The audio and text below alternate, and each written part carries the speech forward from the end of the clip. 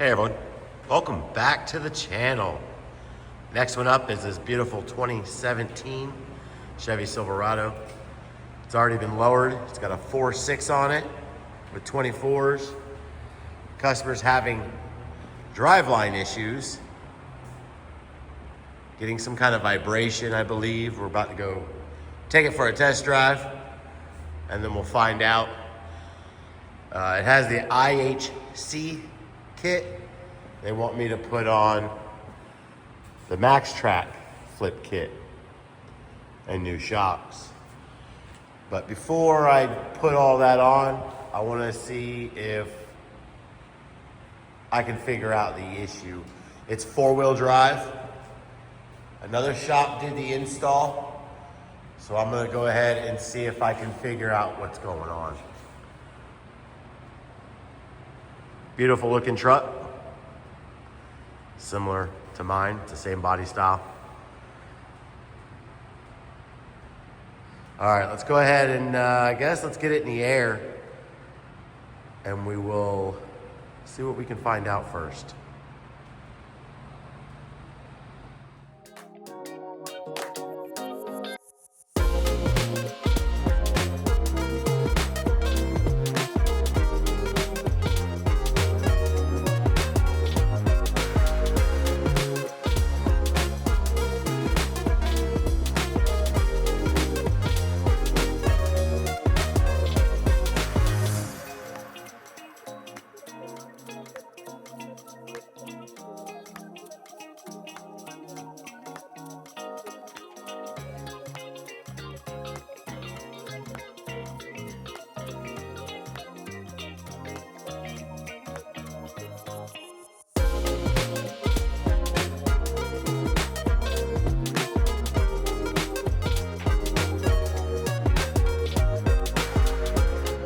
As usual, just my luck, I didn't start recording the other side. So you guys didn't get me going back and forth, pulling this thing completely apart. The other shop that did it, I have no clue who it is. Always coming to me from other shops. But first thing, let's see if we can get in there.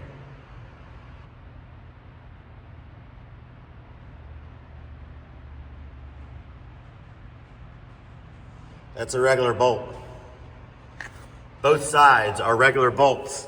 Like this shop lost the pins because you're supposed to flip those pins. More than likely when they went to add that shim, it wasn't long enough, so they had to do what they had to do, which was not the correct thing. First of all, that shim was incorrect. This was 3 inches down. So this needs to be 3 inches up. They put that in and had it aiming 0.2 degrees down. So you had both of these pointing down, which is a no-no. So I took that out. I was like, all right, well, I'll go ahead and check it without that in and we'll go from there. And then I noticed these parts. This is what happens when you don't install them wrong. And this is not the first time this has happened. You can see how it looks like it was put right here and tightened down and it wasn't aligned correctly. Bent the crap out of it. And then I don't know if you noticed, but see that hole size difference? They drilled everything out poorly. So the customer has, like I said, they brought the Max Track setup. This one is IHC. Always hearing nothing but complaints about IHC products. That's why I won't install them. Also, it'll benefit the customer. If you look right here, the saddle for the axle sits up higher. So this is a taller flip kit than this. This looks like bare minimum. So we'll go ahead and let those go in the scrap pile. We'll install these. But before we do any of that, yeah, let's just go ahead and kick the creeper. But before we do any of that, I want to go get the correct pins for that. So we'll run down to the store. We'll go get the correct pins. We'll make our own. And we'll be right back to getting that done.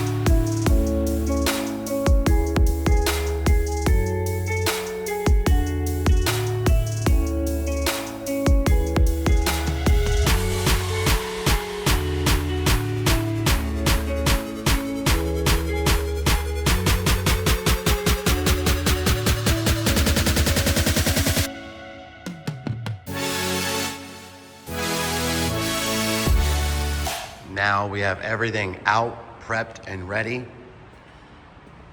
Already went ahead and put the new blocks in. I have the leaf spring bottom bag bracket set aside. Both sides are prepped and ready. Cut out the factory tab that goes underneath this, and it's set into place. We'll bolt the brake line down to it, and this will get pushed just like that, right into there. And then, like I said, that'll get bolted to there. I'm gonna go rethread and make sure the bags are sealed. Well, actually, we're not gonna. We're going to mount the bags because this hole isn't big enough to be able to stick the fitting through and then bolt it down. I wanted to make sure it's leak proof, and these systems, it's a pain. You gotta screw it in when the bag's already mounted, and then you need it facing a certain way. So we'll do what we can and get it sealed up and get everything bolted up. Get this thing out of here and the customer satisfied.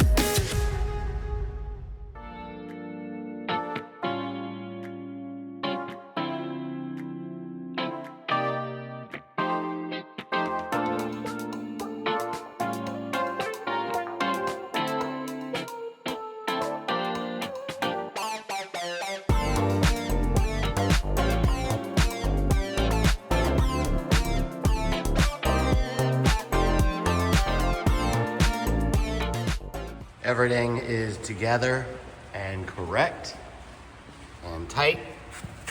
Went ahead, like I said, we bolted the bolt down so the brake line is secure. ABS line is pushed back into its location. New shocks are on. These are a little bit longer, so they actually drop down better. But everything is secure, everything's where it needs to be and aligned. And while looking underneath the vehicle, the customer wanted me to look at the helper bags because they leaked. Well, the shorter line on this side wouldn't go into the bag. I had to disconnect this line. So I believe that bag wasn't in all the way and or it wasn't sealed properly. So we'll cut another piece longer at a 1/4 inch. Customer had some extra from when the install was done. So like I said, both sides are now complete, tight, and good to go. What's left for us is to put a longer piece in. And then before I do that, or after I do that, I'm gonna go ahead and put the rear axle back up on jack stands. So the weight is all on the axle.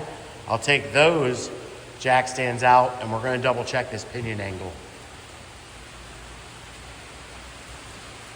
Hey, if you haven't yet, go ahead and hit that subscribe button. Ring that bell, that way you get notified when new content comes out. Thank you.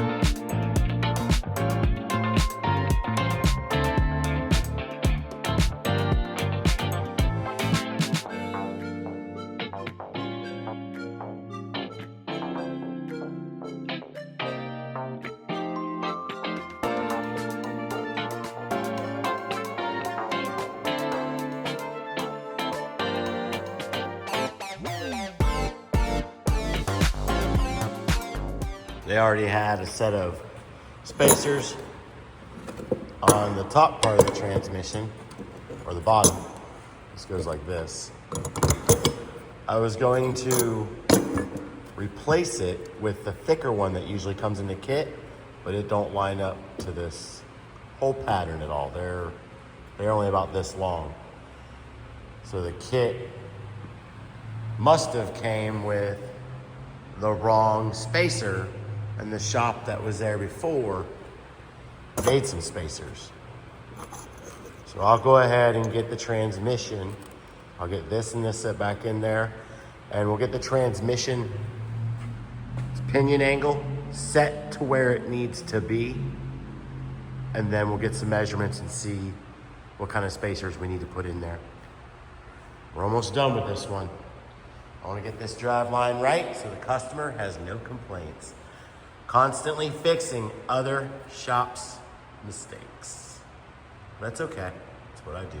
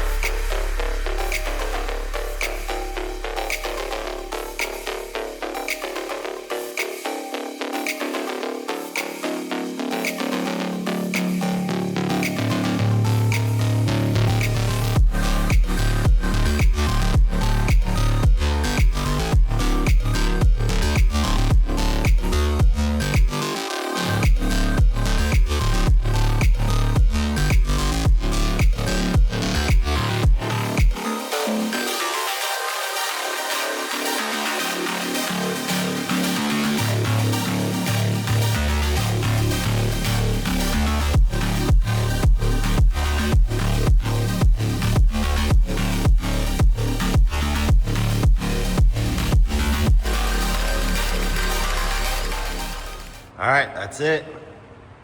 All the parts are in. Driveline angles are correct. I had to raise that transmission, the tail, and the back side of the mount.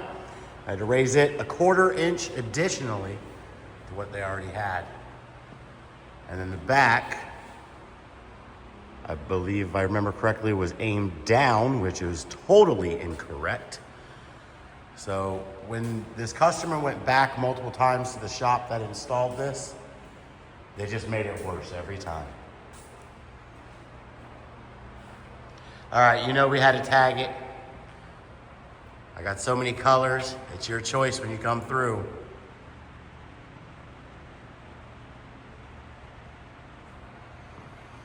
All right, this one's done. I'll let the customer know. They can come get it tomorrow. And I just want to tell everybody, thank you for watching as always, and have a great night.